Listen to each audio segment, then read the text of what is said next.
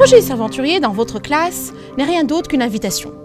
Une invitation à s'inspirer des méthodes et enjeux de la recherche comme modèle pour des apprentissages productifs, ambitieux et efficients. Au XXIe siècle, on est confronté à un monde qui change toujours plus vite, avec un certain nombre de défis planétaires qui sont vraiment importants. La question, c'est comment est-ce qu'on peut former la nouvelle génération à ces défis. Alors maintenant, toute la question, c'est de savoir, de ces différents sens du mot recherche, qu'est-ce qu'on peut prendre ou ne pas prendre lorsqu'on parle de la recherche pour des enfants ou pour des enseignants dans la classe. La climatologie est une science à la croisée de multiples savoirs, plutôt complexes pour des élèves de primaire. Heureusement pour l'enseignant, il a plusieurs angles d'entrée possibles dans la thématique. Avec ma première classe, nous nous sommes tout simplement demandé quelle était la différence entre climat et météo. Et c'était pas du luxe. Ensuite, les élèves se sont interrogés sur les adaptations des animaux polaires au changement de leur environnement. Pourquoi un projet climatologie?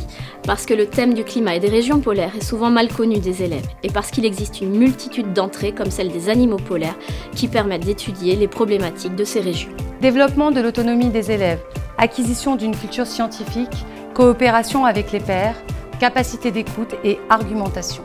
Se lancer dans un projet s'aventurier permet de modifier la place des élèves en les mettant en position d'acteurs de leurs apprentissages pour favoriser la cohésion du groupe. Ils sont les acteurs de demain, ceux qui évolueront dans un nouveau monde et qui prendront les grandes décisions pour l'avenir de la planète. Leur parler de climatologie dès le plus jeune âge, c'est laisser germer une graine qui viendra s'épanouir au cours de leur vie. Ce projet a poussé les élèves dans une vraie démarche de recherche collaborative. De plus, il les a ancrés dans la réalité grâce à la collaboration et au témoignage de notre parrain-chercheur. On cherche à comprendre l'évolution des climats, notamment dans le cadre des changements climatiques, pour répondre aux questions suivantes. En 2100, quelle sera l'augmentation de température de la Terre?